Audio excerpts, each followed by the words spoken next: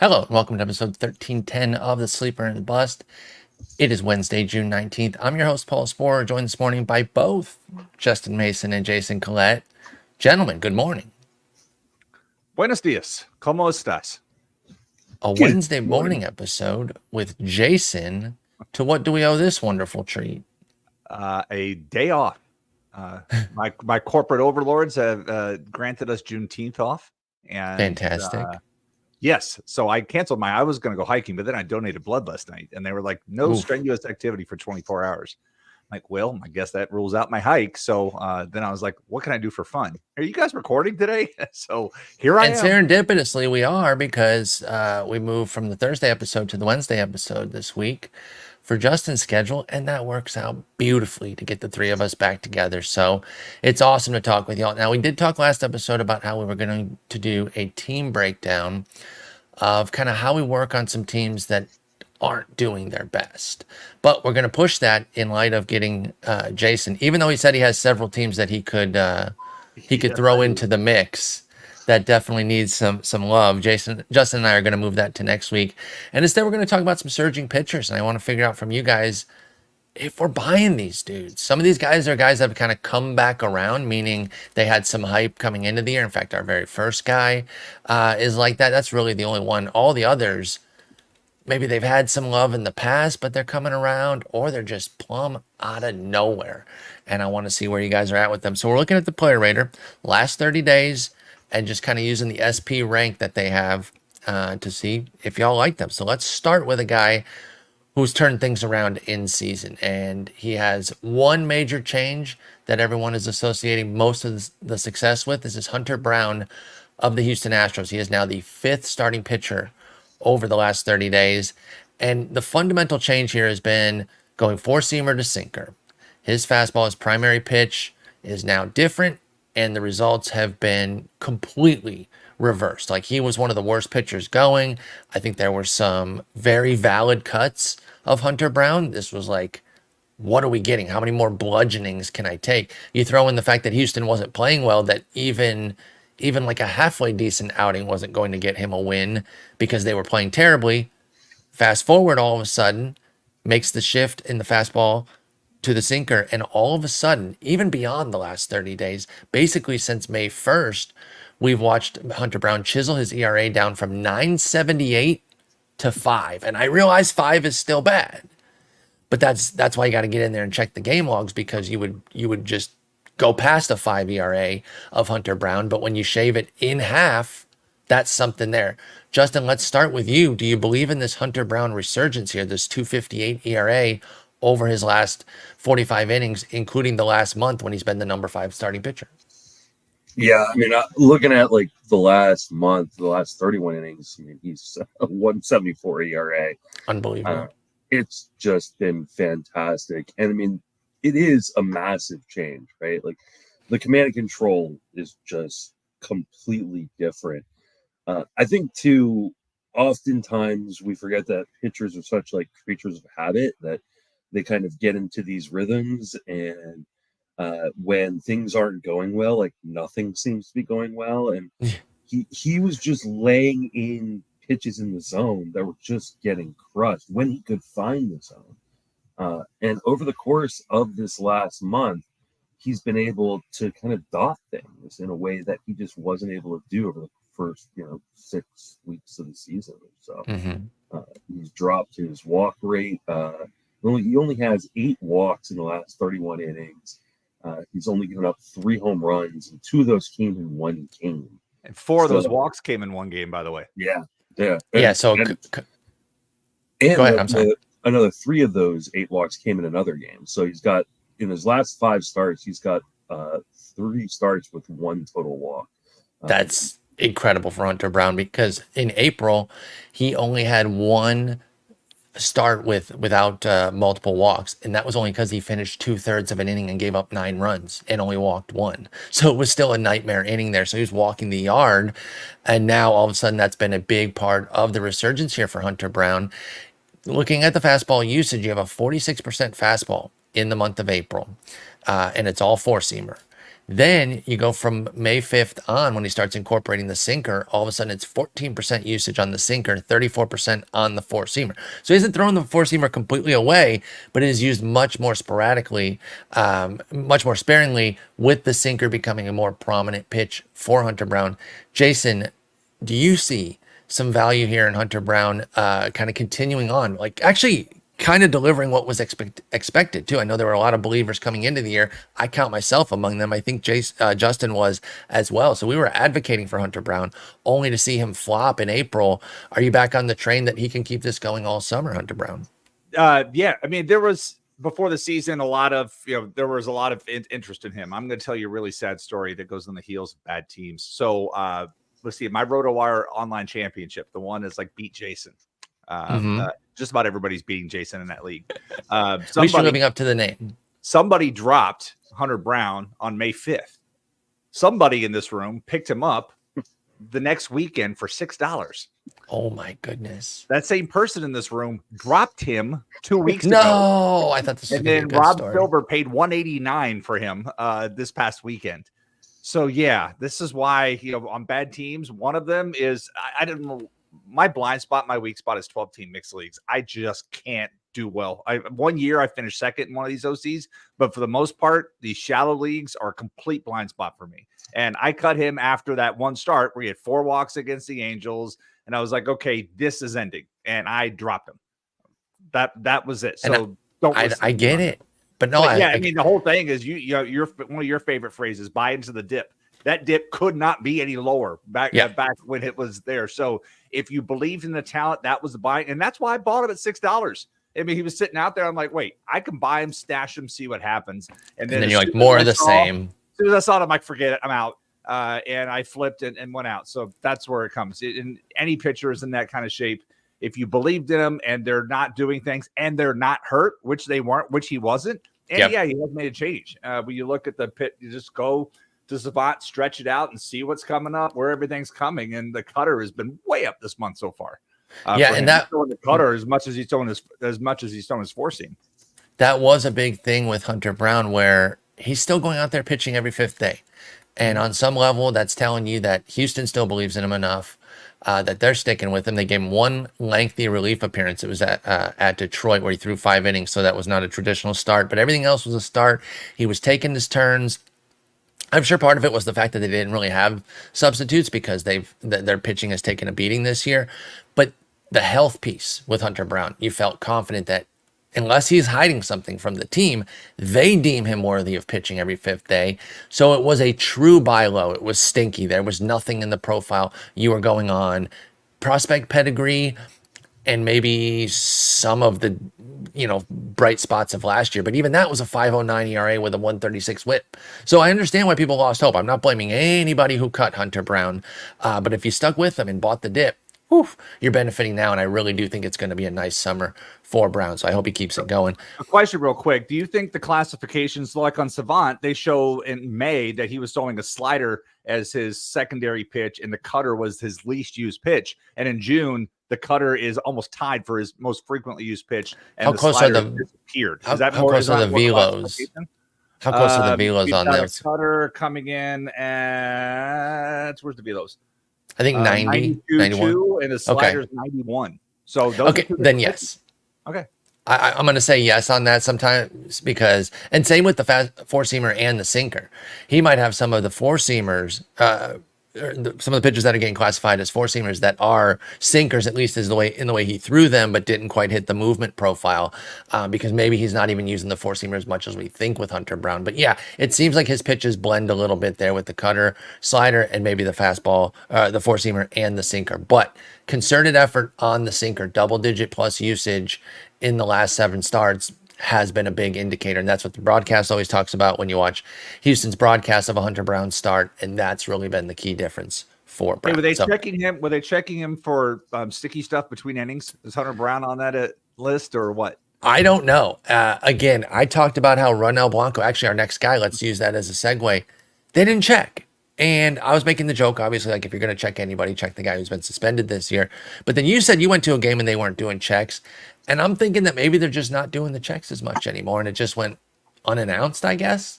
I guess. I mean, last night I was at the Charlotte Gwinnett game here in Charlotte. Mike Clevenger was on a rehab start. Clevenger gave up a home run to second batter, was hitting 96. And it looked like Cletus 2.0 again. Even saw a couple of fans walking around that looked straight out of a Cletus script in Clevenger jerseys, right? But anyhow, they never checked any pitcher at any point in this game. Nobody. The umpires didn't even make a step. They actually walked away. Both the first base umpire was walking towards the bullpen, the home plate dugout. The umpire was going to get water. Like nobody checked a pitcher that entire game. I am surprised by that, and nothing. No, like I haven't seen any article about it. There's no Passan or Rosenthal talking about it. It's whatever. It seems like they didn't pop too many guys doing that, although Ronel Blanco was one of them, and we will move to him since he's also continued. Now, he's a totally different story than Brown, of course. He just keeps going, but we have to check in and kind of see where we're at with Ronel Blanco because all he does is drop no-hit bids. He dropped 7 no-hit on my Tigers. I was there to see it. The only thing that kind of interrupted him was 3 walks. It did run up the count a little bit to 94 pitches, so they didn't push him beyond that. And then Ryan Presley gave up a single, so no combined no, but it was his 7th win of the year. He's 7-2. Since the return from the suspension, he's got a couple 4 earned run outings, but nothing crazy. The other ones are 1-1-0 in 7 and 6 innings. So Ronel Blanco has been nothing but great this year. Those 2 4 earned run outings, the only blips on his entire ledger this year.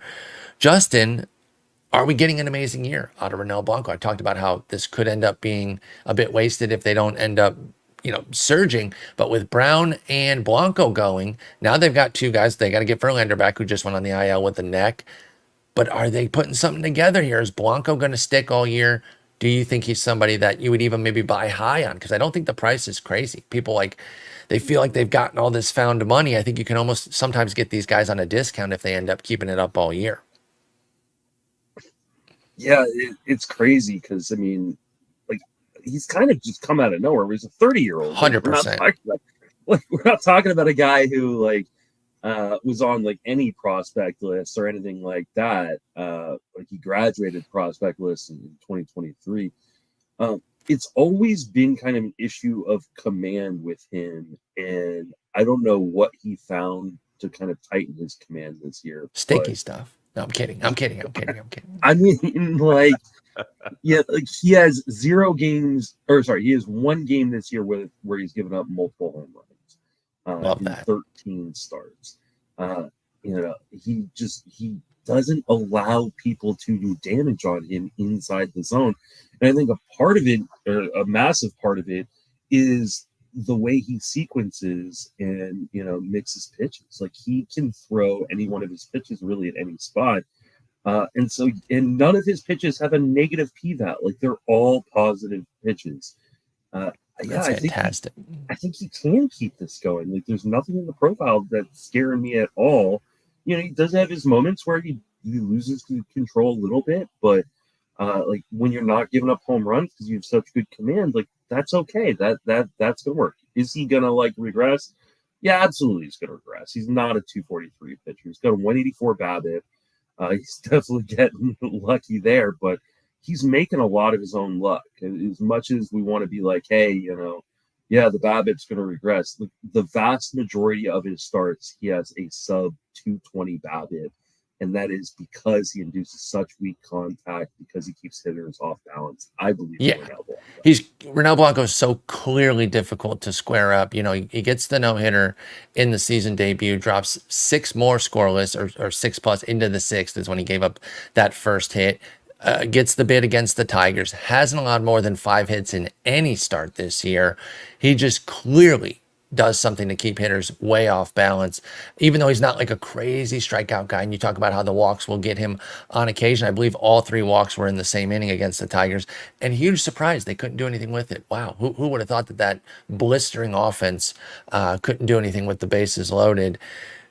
Jason, your outlook on Ronel Blanco, is this somebody that you had any inkling on coming into the year? I mean, he put up some decent numbers in 52 innings last year, but I don't know who would have seen a 30-year-old blowing up like this. Did you jump early? What has been your experience this season with Ronel Blanco and his greatness, Jason?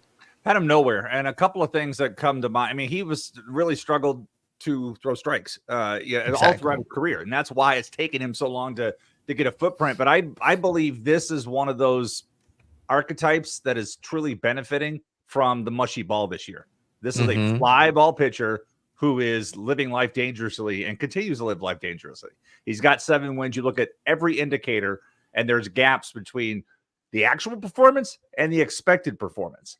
And Justin, you mentioned the BABIP, but I pulled up the leaderboard and I said, okay, over the last 3 full seasons, show me any pitcher with at least 100 innings that has had a BABIP below 200. There isn't one. The closest one we have is Tyler Wells, was exactly 200 last year. But then you look at the left on base percentage and okay, he's at 88% right now. I said, okay, show me the pitchers that have been at least 85%. And here are the names. Robbie Ray, 2021, when he won his Cy Young at 90. Yeah. Over a full season. That's Clayton crazy. Kershaw at 89.3, Bauer at 88.9, Blake Snell at 86.7, Julio Urias at 86.6, and Ranger Suarez in 2021 at 86.3. And again, the threshold was 100 innings. So I'm not putting him in the class of the first 5. But could he Ranger Suarez's way through the rest of the season? Possibly. If the ball is going to stay this way and he throws a lot of fly balls and they're not leaving the yard, possibly. That said, this isn't a full season. This would be keep watching. And if he starts struggling with command, bye. But so far, it's working. Maybe he can Ranger Suarez his way to the rest of the season. Suarez ended up with a 257 BABIP that year. So that would be some serious BABIP regression. But at the end of the year, Ranger Suarez was 8-5 with a 136 ERA and a 260 xERA. That was an amazing run. Yeah, it was so Blanco may have already had his Suarez moment, and maybe the rest of the season could get uglier.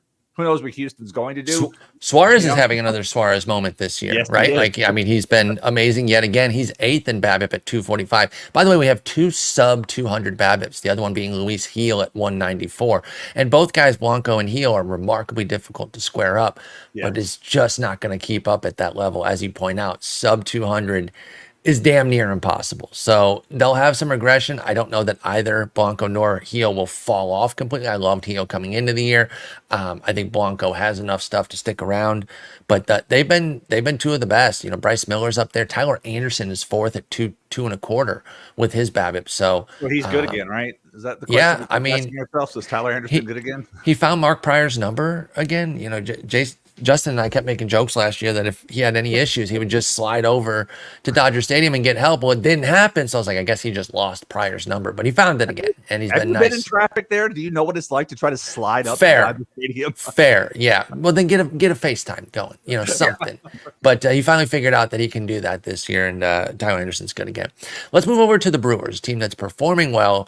And the reason has been that they've been able to find some pitching. I mean, they've got offense too, but one of the things coming into the season with this Brewers club was I gave them credit for just basically being the Brewers and being good.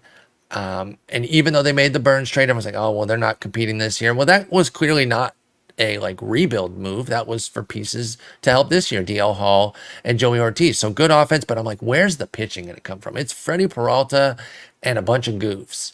But the goofs are kind of coming together here. And over the last 30 days, they got 2 guys in the top 20. Let's start with Tobias Myers sitting in at 10th. He's been a popular pickup a couple different times in the main event. Again, that's 15-team mixed leagues, so there's going to be deeper pitching.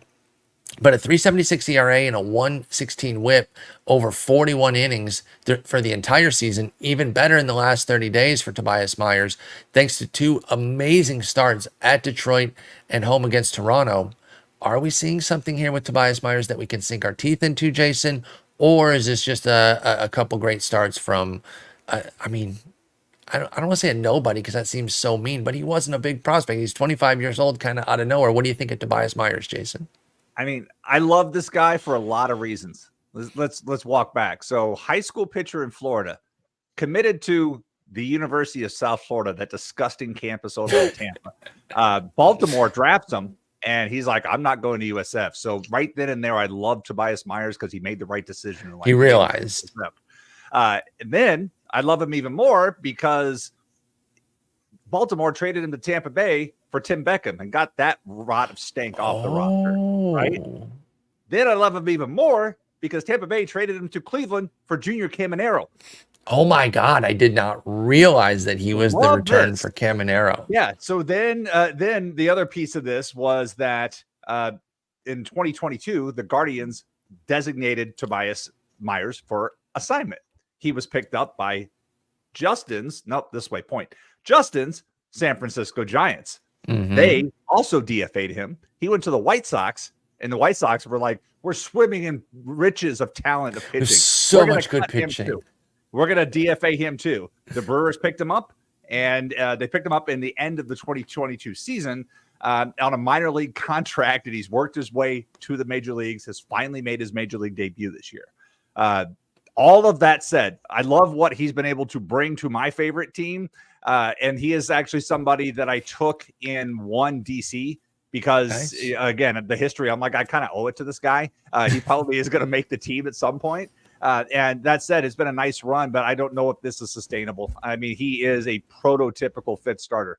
He doesn't have enough fastball. He throws the kitchen sink, but he is a prototypical fit starter. And this is a week-by-week play for me. And you may have missed the best of it, but this is a week-by-week play. He is a prototypical fifth guy long. Maybe he can Tyler Anderson his way into a career, but this is what he is. No, I think that's totally right about Tobias Myers, that he is the prototypical fifth starter. I will say Milwaukee as an organization is pretty good at getting the best out of that profile. They have a pitching lab. They do. They get some magic out of it. And they put those guys in the best situation to succeed. I will say home runs at 1.5 this year for Tobias Myers has always been an issue. Mm-hmm. So I do wonder if that's going to eventually be his undoing to push the ERA, which is at 3.26 right now, back up toward his ERA indicators, a 4.10 Sierra, a 4.66 FIP. Justin, let's bring you in on Tobias Myers here. Do you see this as somebody who's going to turn back into a pumpkin? Or can we milk this throughout the entire year and actually get something out of Tobias Myers? How are you playing it right now? I mean, he's definitely going to regress. So let's start there. I mean, this is almost in some ways a diet version of Ronel Blanco, where what Blanco has done to become successful is kind of what Tobias Myers has done over the course of this season, right? Blanco did at the beginning or prior to the start of the season, and Myers is doing it in season, which is he's decided to kind of go the Robbie Ray route and just say, hey, I'm going to attack the zone. I'm going to make you guys hit it, even though he doesn't have really, really good stuff. And the fact he doesn't have really good stuff is the reason why this will regress at some point, because he is kind of a kitchen sink guy with no elite hits. Mm-hmm. But you look at kind of what he's done. He's only given up 2 home runs over his last, or 3 home runs over his last 7 starts. And the vast majority of his homers have been early on in the season prior to this change. And I don't know if you guys are looking at BREF right now, but they don't have last night updated. So his Angels start in LA for Tobias Myers, his 6 1/3 scoreless with 6 base runners, 6 Ks, and of course no homers if you go scoreless, isn't even on the game log there, at least as I'm looking at it right now on BREF. So now he's got 3 gems in a row. Yep. Was beat up a little bit by the White Sox, which is frustrating. Maybe a little revenge game for them. Like, how dare you get good and not be on our team? But yeah, like starting to kind of get away from the homers a little bit. Maybe we see something. That will be the key. If the homers start to come back in a big way for Tobias Myers, that's when you're going to know I got to jump off this ride. Now, he comes up next against the Cubs next week. He gets a 2-step. So it's at San Diego this weekend, and then the Cubs the following week at home. I think in a 15 team, I can get there for both on Myers, especially if you took the 2-step this week. Totally understand that. But then you guys feel comfortable with the Cubs next week, barring an epic collapse again at San Diego. What do you think, Justin? Yeah, I mean, it really depends on what my other options are, because I mean, one of the things you really want to look at too with this kind of stretch is, I mean, here's who he's pitched against over his last 6, and I say appearances because he had 1 appearance, so he came in relief for an inning. That's right. St. Louis, Miami, elite team, Boston, Chicago team. White Sox, best team in the league, Detroit, best offense in the universe. He only gave him 1 hit in 8 innings. Toronto, and then the Angels. Okay, man. So I couldn't write a better script if I wanted to. Grueling schedule. Like, who do I want to face? That's exactly what I would write. So we're in agreement that that's a ridiculously difficult schedule that he's gotten through. Is what we're saying, right? Yeah, a gauntlet, if you will. So when we say like, hey, like I love the fact that he's made changes, that he is attacking Tobias Myers. Sorry, we haven't said his name in a bit. Yeah, but I also don't love the fact that he's been going up against like, AAA offenses. The Cubs, no shade, Sarah Sanchez, if you're listening, because she's honest about her team. The Cubs kind of keep that going, though. They're not a particularly good offense right now. And that's why it's the baseball, though. I mean, that's her team, and the three of us all have like amazing offenses right now. We just have amazing offenses on our team. Yes, all of our teams are. I mean, for the most part, the league as a whole, the offense sucks across the league. There's like 5 offenses that you're scared of. And Tobias Myers pitches for one of them. Milwaukee's up there. San Diego is one of them. So we'll see what happens this week, although you've probably already taken the plunge in a weekly, of course, that you've decided to get the 2 steps. So that Cubs start will be interesting. I can get there in a lot of 15-teamers with Tobias Myers. Let's move over to his teammate, Colin Rea. Make a real quick comment on Myers with if the homers are going to come back, the San Diego start seems to be the prime one.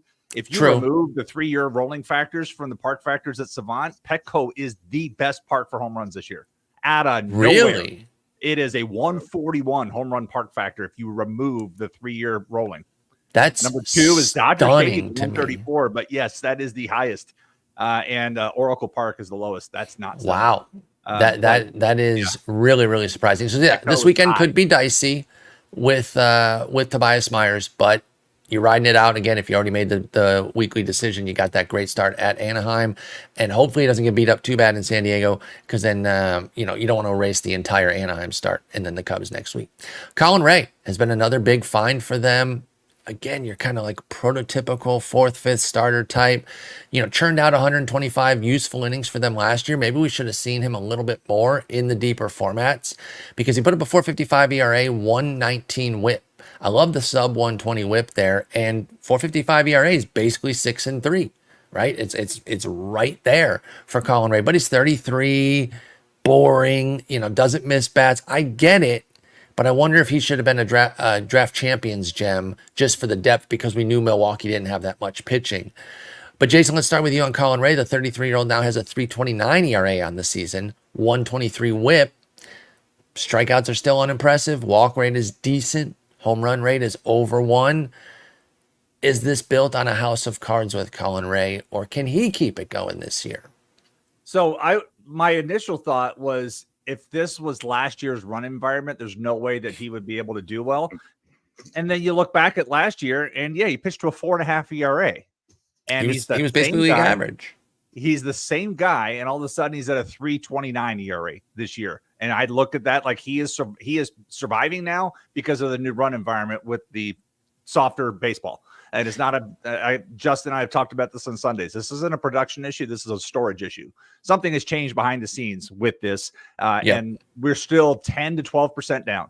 And it has been this way all year long. And summer's heating up, but it heated up last summer as well. So he is doing well because of the change in run environment. If this was last year, we wouldn't be talking about him. This means 4.5. It's You're looking at matchups right now. He's pitching to a 3.30 ERA for a good team. And if you're chasing wins, and he's got 6 of them already, yes, he's in the discussion because of that. But again, this is another 5th starter, and that's most of Milwaukee's rotation. Is a bunch of 5th starters. It's Peralta and the 5s. It is what they have. It is what they have, for sure. But it's working. It's absolutely working. Colin Rea's been nice. Now he goes to San Diego. He's also part of that series.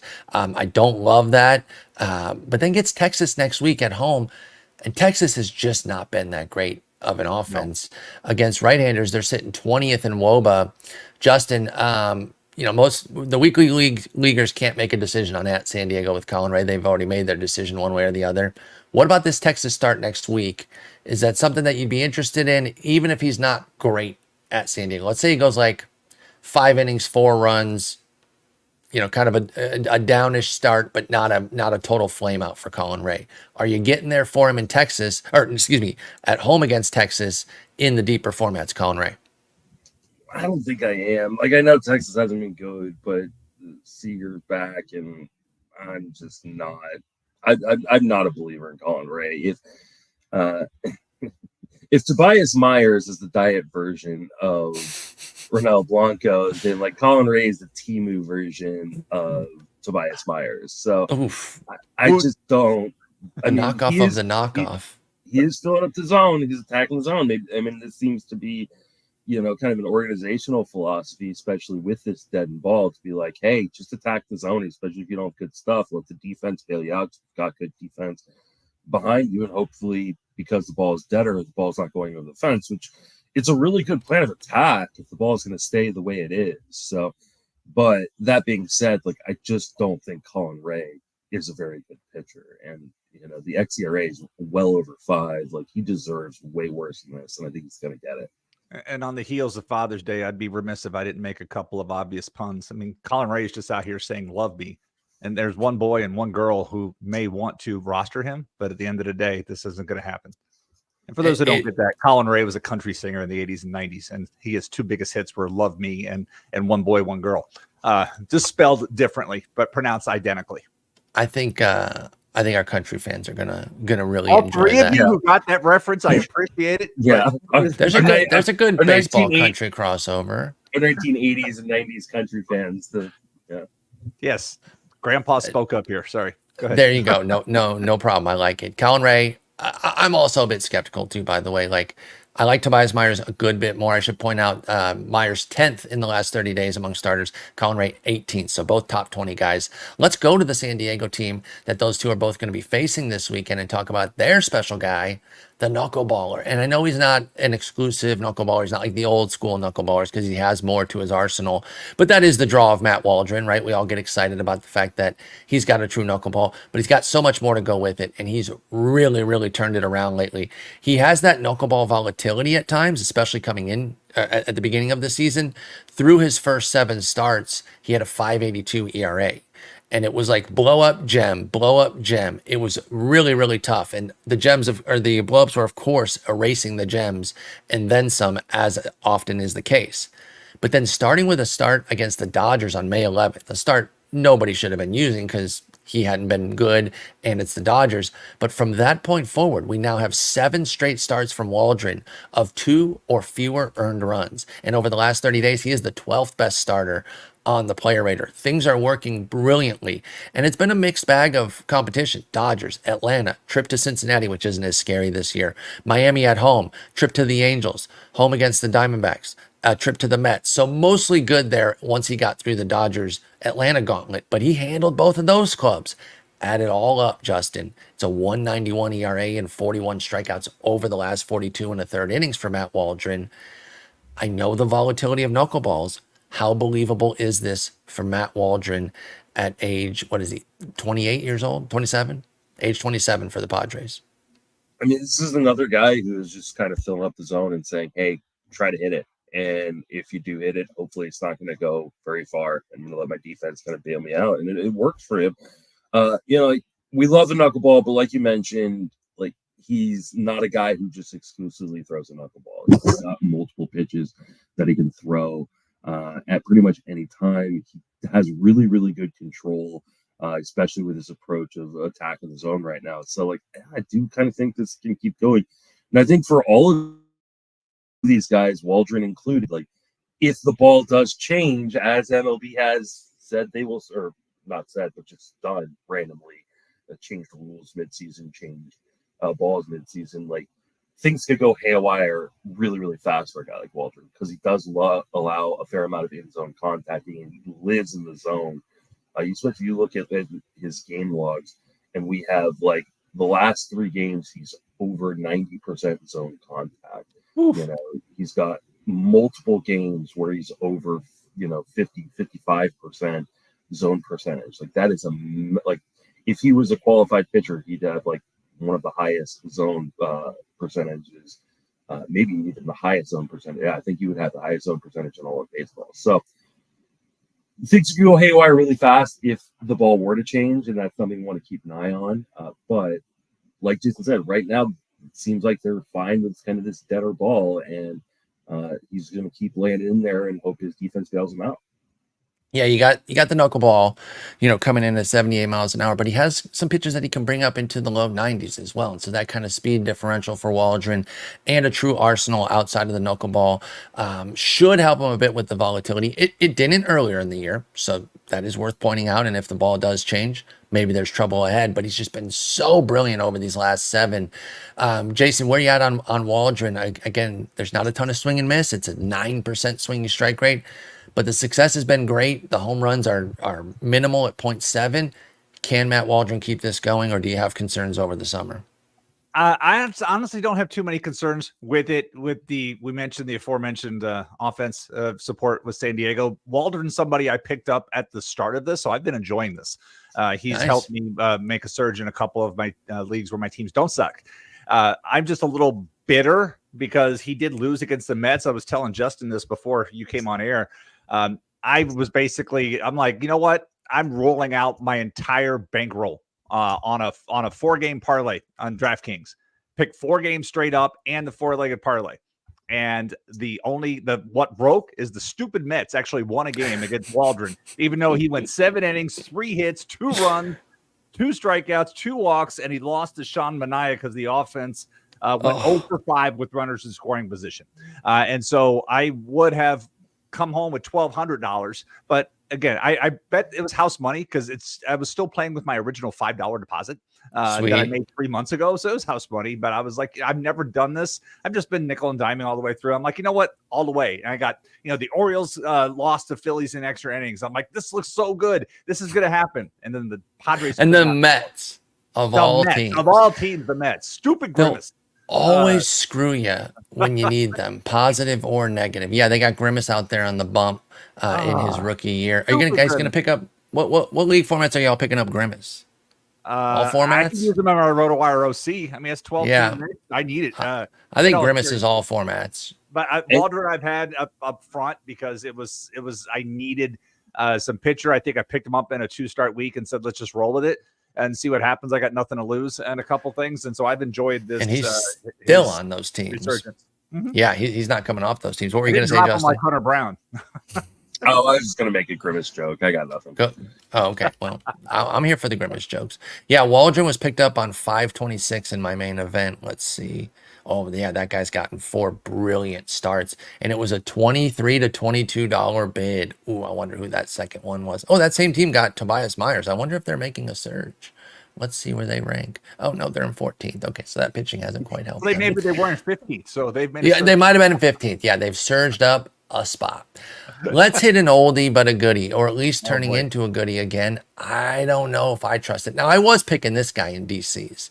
Miles Mikolas for the Cardinals. That's the kind of guy that I'll scoop late in a DC because I'm like, well, they're going to let him eat up some innings.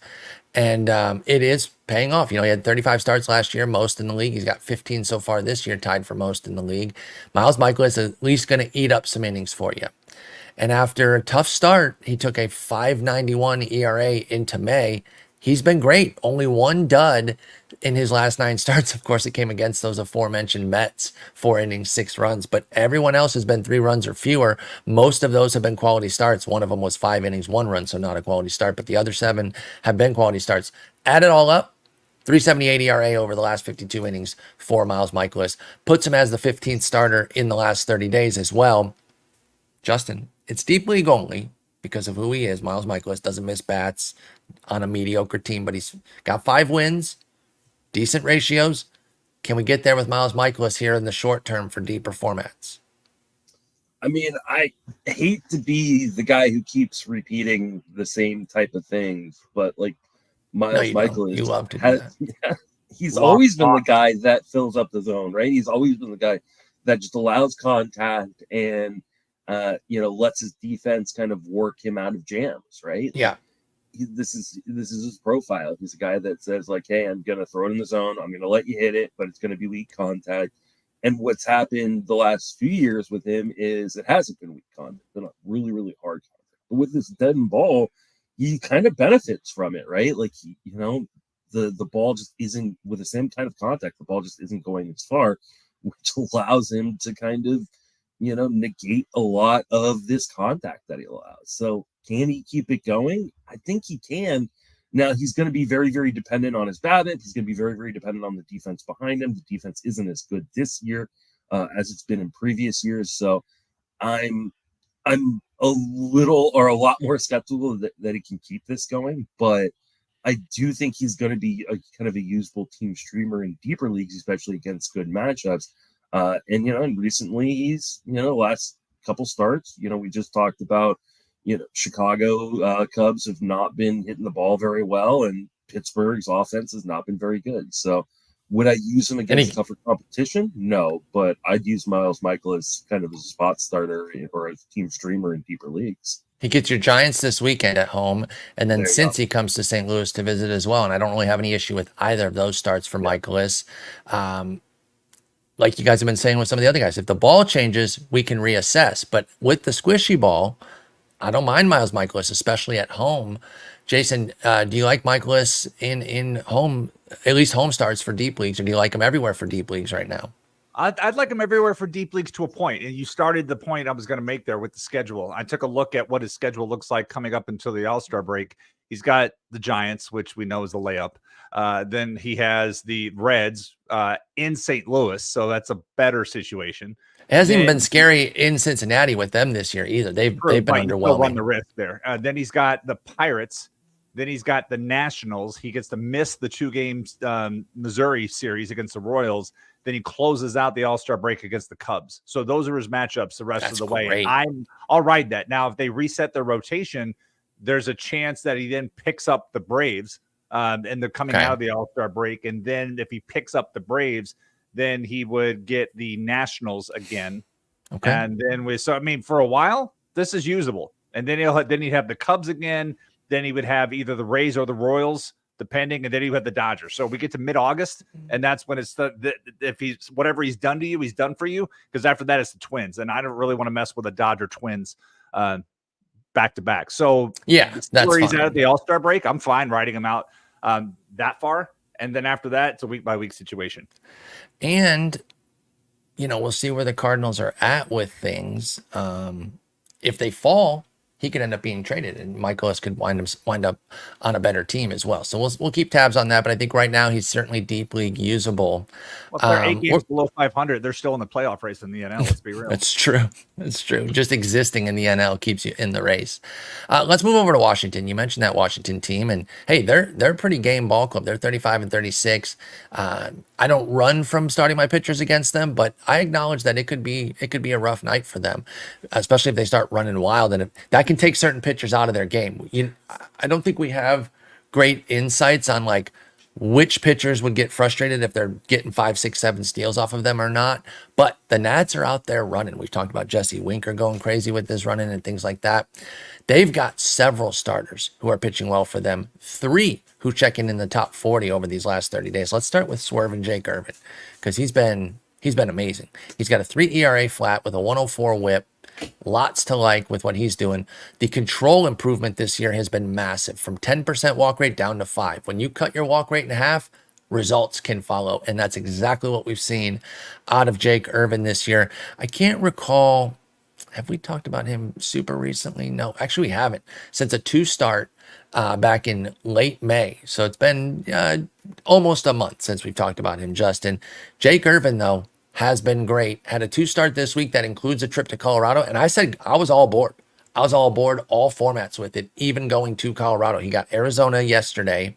And well, by the way, he was not great. No. So now you're up against it, going to Colorado. I understand that. But he'd been pitching so well that I felt comfortable with Jake Irvin. Are we seeing an emergence here, or just a hot run from a mediocre pitcher at 27? What do you think of Jake Irvin, Justin? Now you're muted. Sorry there you go. That. No problem. I feel like we did talk about him recently. And I felt like we did too, but I guess he didn't get tagged because I looked at his profile. It seemed like we talked about him recently as well, but I couldn't find it. So, this definitely feels like the Breaking Bad meme of he can't keep getting away with this. Like this stuff is so mediocre, but like he is just we talked about him for this 2-step. I'm sorry to interrupt you, but he just had I'm an idiot. Sorry, go ahead.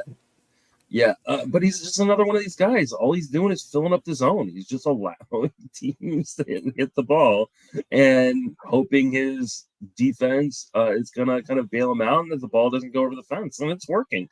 At this point, like, why isn't every pitcher just kind of doing this, just kind of laying it in there and letting the contact get eaten up by the defense? Because is this just another extension of the ball thing, though, that we keep talking about? Yeah, where with the squishy ball, these guys are getting more confident to just throw it in there. Yeah, I mean, it absolutely has to be. Like, Jake Irvin does not have good stuff. Now, what he does have is kind of a full arsenal that it can kind of throw. So like, he's not reliant on one or two pitches to kind of do the dirty work. But like, I think like in this run environment with the ball, like, if you've got multiple pitches that you can use and you can kind of throw all of them in the zone, then you're going to be successful right now. Major League Baseball's got to do something, though, because this is ridiculous. I mean, yeah, there's a lot of guys like this that, almost all of these guys right now have been like, yeah, they're good right now, but do we trust them outside of Hunter Brown and maybe Blanco? But yeah, Irvin has been great. Like I said, we did talk about him in the most recent two-step piece there. Sorry, I didn't tag him in that post, and that was the problem with seeing it. Jason, with Jake Irvin, or even with some of these other guys here, what indication will you get? Because you've been studying the ball stuff all year. What will be the indication where you're like, uh-oh, this is a bit different. We got to start moving off of some of these scrubs that we've been trusting? So I look at this stuff week by week, and I was just looking at it this morning. I can give you like numbers over this date last year. If I just pull it back up here real quick. So home run to contact, which is essentially, and I know it's not a perfect formula, but it's one that I've seen Ben Lindbergh use in a Ringer article a couple of years ago, and I'm stuck with it because it doesn't factor in sacrifice flies, but for the most part, it gets you there. It's home runs divided by the result of at-bats minus strikeouts. So balls put in play. On this date last year, home run to contact was 4.56%. Right now, it's 4.14. So, but that's notable because it's the first time the difference year over year is a single digit. We're at 9% right now. I've seen that number as high as 12%. Over recent, it's been about 10%. So right now it's 9%. So I'm like eyebrow raised. Yeah. And it's like, oh yeah, it's heating up. But again, this is over the same exact date last year. And it was just this hot then. That said, I know we have a pretty big heat sink sitting over the top of the country in a lot of places right now. I was on the phone with somebody in Windsor, Ontario yesterday. It was warmer in Windsor, Ontario than it was in Charlotte, North Carolina. And that's crazy. And I'm going to Coors this weekend, going to a game on Sunday, and it's supposed to be 95 in Coors in June. That's not normal. Hey, it's a lot better than the 97 and humidity I sat in Atlanta this past Sunday. I'm lucky I'm on this podcast right now. You didn't melt. I have no idea how people go to those games and sit in the sun. Every stadium should have an option to have a roof closed. And come at me. Respect my decision, as the college kids say, when they make their commitment. But yes, that's what I firmly believe. So again, eyebrows are raised a little bit because we've now seen the first time all season that I've been tracking this, we have a single digit difference in home run to contact with that. That said, you look at all the different contacts, how far the ball is traveling on barrels, how it's traveling on pulled fly balls, removing bunts, all of that. We're still talking about 2 to 3 feet. And it doesn't seem like a lot, but watch a game, like do your homework tonight. Watch a game, see how many balls are landing at the warning track, at the wall. Yeah. And 3 or 4 a game. Ones that get the announcer too, where they're like, oh, that's gone. And then all of a sudden they're like, oh, or it's caught at the track. Cool, I guess, right? I've noticed a bunch of that recently too, where I'm just like, okay. And listen, sometimes announcers get fooled. Even my kids are, because at the game Saturday, Josh Lowe hit 2 balls to the wall in Atlanta. Both were caught. And even Emma was like, yep, there's the mush ball. So it's like proud dad moment. Like, like she's on top of it. I love that. That's fantastic. So yeah, like I think that's just what we're dealing with here right now. But it is helping a bunch of these guys, and Jake Irvin types are the ones that are benefiting, and maybe this entire Nats rotation. Let's move on to their next guy, MacKenzie Gore. Now he's a little bit different. Well, actually a good bit different, let's say. Jake Irvin, kind of a guy that people might have known, maybe taking in some DCs to eat up some innings. Sure. Mitchell Parker, who we'll get to next, out of nowhere, being very good. MacKenzie Gore, prospect, who someone on this show was in love with last year, no longer has prospect status in terms of graduating off of those lists. But the person who had him on every team last year when he put up a 4.42 ERA and a 1.40 WHIP isn't really enjoying the 3.24 ERA and 1.32 WHIP. Now that's a high WHIP, I will point out. But MacKenzie Gore of late has really been dialed in, Justin. And I got to start with you, of course, because you were the guy who did love him. And after, ups and downs, false starts last year, he's really clicking in this year. And of late has been particularly strong. When you look at this last month, you've got MacKenzie Gore sitting 28th with a 3.14 ERA and 37 strikeouts in his last 29 innings. Is this the breakout you were looking for last year with MacKenzie Gore, and can it sustain over the summer? This is just so like frustrating. I was reading an article. I did an article at the beginning or prior to the start of the season on best team names, and it was all like, hey, if you're a fan of like early 2000s history, you could do the Bush Gore debate. I don't know why you'd ever draft either of those guys. Even though they're just two guys I've loved forever. And then yes. Obviously Michael Bush has kind of slowed down quite a bit, but Gore just kind of keeps doing what he's doing. And I mean, I think this is the breakout. But again, this is another one of these guys. Like, he's just going into the zone. Like, he has solved a lot of his problems by just attacking the zone. But this is also a consistent change over the course of the last, 2 seasons, right? Where he has decided like, hey, I don't want to have a walk problem. So I'm going to put my stuff in the zone and I'm going to make you hit it. And unlike other guys that we've talked about on this list, MacKenzie Gore does have really good stuff. And so for him to actually be attacking the zone, like, I think this obviously wouldn't be working probably to the extent that it is, but I think MacKenzie Gore would be successful even if he had a live ball right now. I think so too. Good. And I think that he would also, MacKenzie Gore, not necessarily struggle to survive if and when the ball changes too. Yeah. Right? Because he's got, absolutely. like you said, powerful stuff, like the ability to be great. Whereas a lot of the other guys that we've talked on this list, most of the other guys don't quite get there. I think Brown is the other one, Hunter Brown, or basically a right-handed version here of somebody who I think could be great regardless. Some of these other guys are kind of taking advantage of the environment. So we know this happens, right? I love to talk about my year too early syndrome, but truthfully, Justin, you had him on damn near every team. How pissed are you about this? You can let it out. I mean, if I had like really bad pitching in a bunch of places, that's true. You've got some more upset, excellent pitching, but it is really frustrating because like the price was free this year. Like it that's cost true. Nothing to jump back on board. Like he was going in like after the 25th round in 15-team leagues. So like I could have just like thrown a dart on him, but like they had a really, I think, tough, like, or what looked like a tough early season schedule. So it's like, oh, I'll just grab him off the wire if he looks good. And I just didn't do it fast enough. So, shout out to those people who kept believing in MacKenzie Gore when I stopped. Twitter. How great would it be if somebody picked him up early because they knew you liked him? It's like, I trust Justin. I like what he does. I'm going to go with this MacKenzie Gore pickup. And they've got him in their leagues. Like somebody just stopped listening to the podcast this year because if I do know that Justin loved him. I'm going to stick with him. I haven't caught up on what they're saying about him this year. They probably love him even more. Behind. They do so many podcasts. I haven't gotten to the starting pitcher one, but Justin always loves MacKenzie Gore. So he has to love him again this year. But no, he's been awesome. Things have been going really, really well with MacKenzie Gore. I love it. I love seeing the breakout. It takes time. It takes time. We talk about it all the time, but it is worth repeating. Prospect growth isn't linear. It can take some time with guys. And we're not even sure if this is the full, unmitigated breakout here. But it's looking nice for MacKenzie Gore. And he's only 25. So it's not like even it took forever necessarily. It's just that he's been around for a while because he was a prospect with the Padres, first broke in at age 23, in the minors, was probably starting to get hype around age 19 or 20, which was 2018 or 2019. So he's been around in the consciousness for a while, and that's why it might feel like, oh, finally with MacKenzie Gore.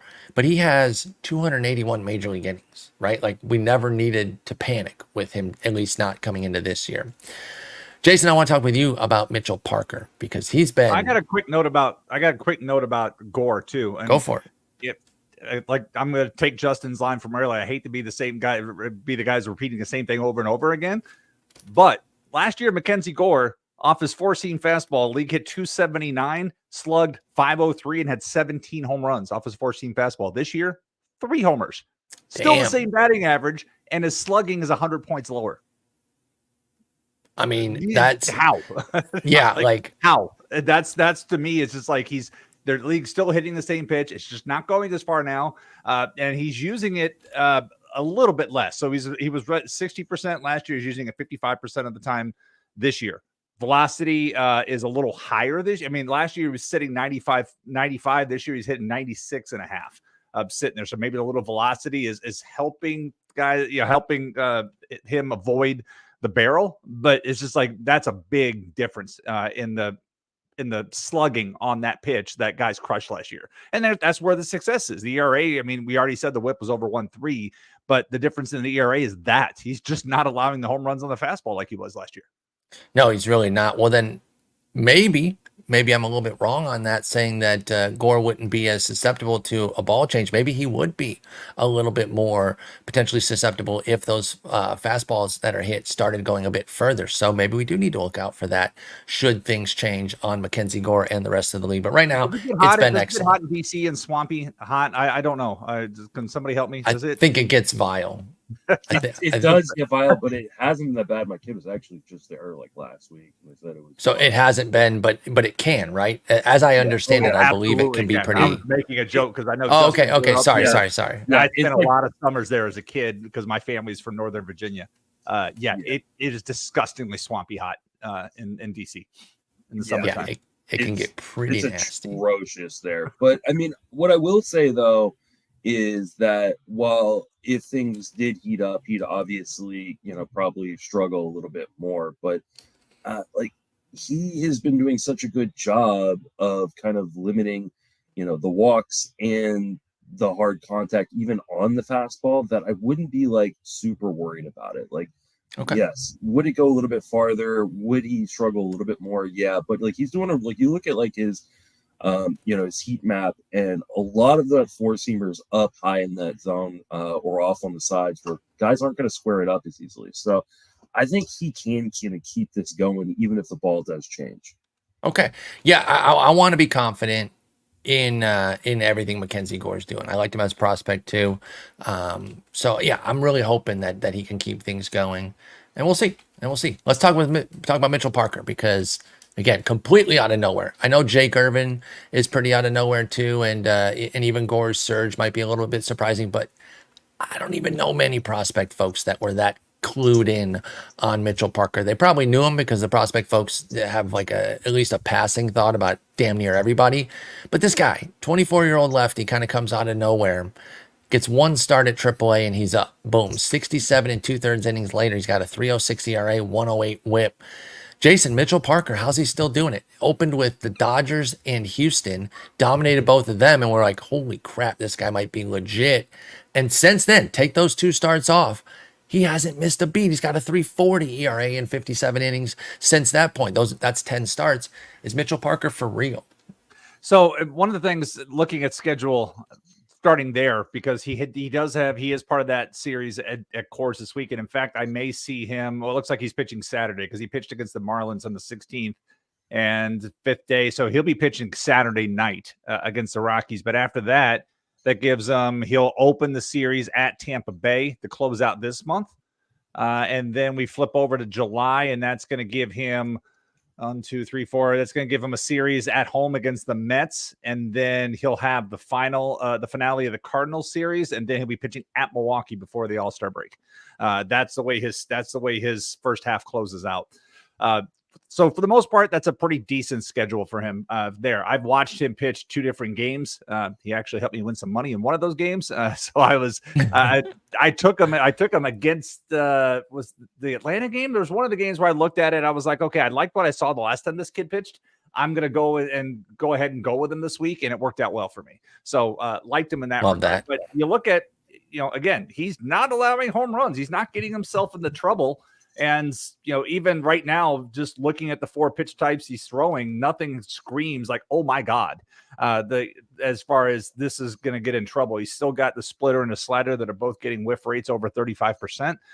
He has it. And for right now, based off what I said about that schedule, he's another guy that I would consider, if I wasn't already on the roster, riding out the rest of the week, rest of the first half, and to see where things are after the All-Star break. But that schedule and the results are so far is something I would consider writing out. Yeah, I think that makes sense with Mitchell Parker. He's not what Nick Pollock, our friend, would call a Vargas rule, referencing Jason Vargas back in, I think, 2017. I can't remember, whatever year he had. Basically, his first half was amazing. Meaning, I'm not jumping off after the first dud. If Mitchell Parker drops a 7 burger somewhere, it's going to be a bummer, but it's not going to be instant, okay, this was a fluke, I'm completely out. In fact, it could be this weekend at Coors, because as bad as they are, that field is undefeated. So they can always clip you just by a bunch of balls falling down for hits, and then they get the one, big homer or something, and it can be trouble. But I think Mitchell Parker has some staying power, and I've been pretty intrigued by him. And then, like you said, gets Tampa Bay after that. Anything different or anything to add there on Mitchell Parker, Justin? Do you believe that he can keep going? I wonder if as the league starts to see him more and more, like they start to kind of figure him out a little bit. He's actually like really, really, really bad against left-handed hitting. And opposite platoon, weird. Yeah, like his batting average against righties is 207. His batting average against lefties is 279. So how much of that is the big BABIP spike, and how much is he playing into the big BABIP spike in your estimation? Because it goes from 227 to 346 in the BABIP, and how much is working against Parker as maybe a bad luck thing? Is there a balance there, or do you think it's clear that he has issues against lefties for some reason? I think it is. I mean, it's hard to kind of determine exactly, but I think there is an issue against lefties, and I don't know exactly what it is. I don't know if it's the fact that he can't throw all of his pitches against left-handed pitching, which is the problem. In that is one of the issues. He becomes kind of more of a singular guy when he's up against a lefty, which makes him a ton more hittable. Okay. Oh, Jason's got something. I'm great. Did you raise his hand? Yeah, okay. I'm raising my hand. I want you to continue because I want to follow up on that point. Yeah, I mean, you kind of look at what he does against left-handed pitching, and what he doesn't do is throw the split finger at all. He's thrown one split finger this year against a left-handed batter. And so when you can kind of start narrowing down pitches and you don't have overwhelming stuff, all of a sudden you become a lot more hittable if you as a left-handed hitter can go, hey, I don't have to worry about this pitch. I don't have to worry about this third of the arsenal. So I think that as teams start to see him more, he's going to get hit more. Now, again, just fills up the zone and lets the defense. It's weird because like this Nationals team, what is this, the third Nationals pitcher we've talked about? Yes, third in a row here. Like pretty much talking about everybody but Patrick Corbin. Obviously, we're not going to talk about him. Sorry, Justin. I know you love him. I did see a video the other day that someone did where they're talking about he's got Patrick Corbin has 56 losses over the course of the last 3 years, which is just impressively bad because most guys who lose that much or that bad don't get that many starts. Exactly. The fact that he's still run. Yeah, that he's still cashing in the starts is almost a testament for him. Yeah. But yeah, I do think this regresses, and I think he's one of these guys that if the ball does change, it's going to be massive regression, right? This will be like a Miles Mikolas type thing for Mitchell Parker, where all of a sudden, like if the ball did change, like he would go from being, hey, he's a pretty good starter to like, hey, he's one of the worst starters in Major League Baseball. Oh, okay. So you think it's that much on the wire for Mitchell Parker? Okay, what do you want to add there, Jason? So it was, just as Justin was getting to his point, I didn't realize that's where he was heading there. But that's exactly what it is. And I was trying to find the comp of pitcher that's like this, but a lefty who struggles against lefties. And I pulled up, and then Dallas Keuchel pops up over the last 4 years, but Dallas Keuchel has been terrible for 6. Not a great example. James Paxton is somebody that hits on this. Yeah. Kyle Freeland. Drew Smiley, Cole Reagans even shows up as somebody who has a 276 average against lefties. And maybe that's because he can't use his changeup as much, but that's the thing when Mitchell Parker is throwing against lefties, it's primary. It's fastball 51% of the time, and it's slider and his curveball. But the splitter, as Justin said, once, and that's his primary whiff pitch. So without that pitch, the slider is one of these. How many lefties have we seen that it's like, oh crap, they're not going to throw? And that's always, everybody's got something. Each one of you guys have something you look for in a pitcher. For me, it's I want to see a lefty throwing changeups to lefties or a righty throwing changeups to righties, because so often it's a tough, and maybe that's my Jeremy Hellickson before he started sucking days where he would do that, and Jay Shields would be able to do that. It's like I love seeing that type of thing. But if you have a guy that's got average marginal stuff and then you're taking away his best pitch against half the guys he's facing, then it becomes a matchup situation. So if I'm facing Mitchell Parker as an opposing manager and I can stack lefties, not that the team's got a lot of that, that's a time to sit it. But if he's got a righty lineup, if a traditional manager is rolling out there and be like, facing a lefty, you're going to throw out 9 righties, it's a good matchup. Yeah. But if they have the ability to load lefties, it could be problematic because that's a good point though. Will teams properly assess things against Mitchell Parker and see that maybe throwing a few more platoon guys could actually be beneficial because of his struggles against lefties? Let's watch his next outing. We know he's got the Rockies, and I can't remember there. Yeah, you can't trust the Rockies. Well, he's got that matchup against Tampa Bay, and you got Palacios, you got Lau and Lowe. You can load up a few lefties in that matchup, and I'd be curious to see how that plays out. You could have Taylor Walls hit lefty, even though he's a switch hitter, and really play against that. So let's see what the Rays do. Maybe the Rays obviously offense, but smarter team that will make a decision like that might go against the grain. Will be interesting on Mitchell Parker. I think I got a little bit more love for Parker than Justin, but you got to keep tabs on these guys, right? Because and again, Jason's work on how the ball is and the contact that we're seeing, got to keep tabs on that too. Because if we start to see the tide turn, we got to move off a lot of these guys. One more deep leaguer, Jonathan Cannon for the White Sox. Hey, Jonathan Cannon, I was not familiar with your game. Puts up a real gem last night. What do you go, 7 scoreless or something? I mean, I don't know if it was scoreless. 8 2/3. 8 2/3 scoreless, right? It was almost a shutty. That's right, and that was against Houston, which and their offense is pretty good. Stupid. Yeah, he and Fromber went back and forth, but Fromber walked 5, so he ended up having a mediocre game. Whereas Cannon, 8 2/3 scoreless, 7 hits, a walk, 4 Ks. Jonathan Brebbia comes in, gets the last out there. Cannon now down to a 3.34 ERA, up to, what did I have on the sheet there? 32nd in the last 30 days among starters. Is there anything here, Justin? Are you buying Jonathan Cannon as a potential innings guy because you know you're not going to get wins in deeper leagues? Oh, man. I mean, I guess he could be an innings guy, because he did throw 130 last year, right? So no reason to think he can't push that to at least 150. I don't love guys like this that are on really, really bad teams. And yeah, I think I've talked about this with Jason before you hopped on, so off air. I saw something the other day where it said the White Sox have 7 guys in the White Sox lineup have a lower OPS than the worst OPS in baseball last year. 7?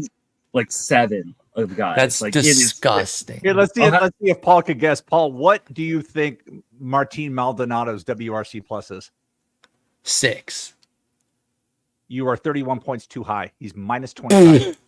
Yeah, this is this legitimately, and it's gonna get worse, right? Well, yeah, because they're gonna move anything not nailed down. Yeah, and they should move anything that's not nailed down to this. And so most guys have decent win potential. Some guys on bad teams have bad win potential. You have negative win potential. Yeah, they could take wins off of your ledger. Yeah, this win he just got, maybe the last win he is able to get, even if he pitches well. So, and then you look at just his stuff in general.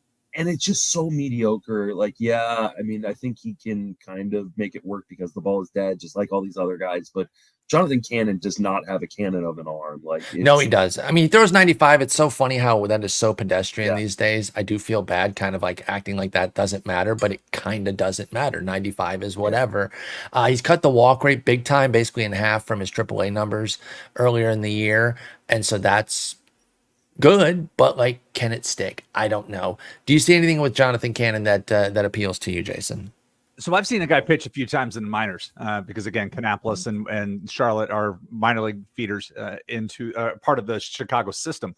So I've seen Cannon pitch a couple of times. And I would say you mentioned the AAA walk rate. I wanted to bring this up again. Let's not forget AAA is a laboratory for the automatic ball strike system. This week, they're changing that. So starting next week, ABS is going to become more of a factor. But the AAA strike zone, when I see a guy whose walk rate was just below 3 and then gets to AAA and it's 4.3, and then it's back down below 2 here as a major league starter. To me, it's like that AAA strike zone.